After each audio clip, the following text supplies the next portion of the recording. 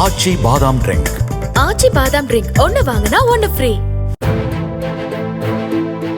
விழுப்புரம் மாவட்டம் மரக்காணம் விஷச்சாராய உயிரிழப்பு சம்பவத்தில் பணியிடை நீக்கம் செய்யப்பட்டு பின் பணியில் சேர்ந்த காவலர்கள் 5 பேருக்கு கட்டாய ஓய்வு அளித்து விழுப்புரம் டிஐஜி திஷா மிட்டல் உத்தரவிட்டுள்ளார்.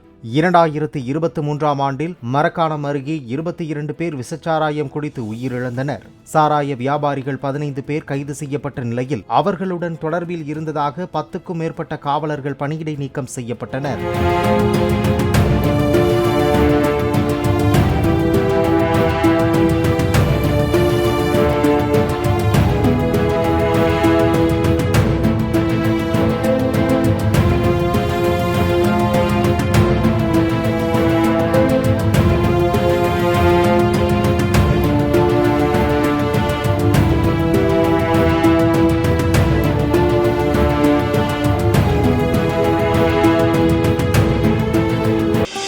ஆச்சி பாதாம் ட்ரிங்க்.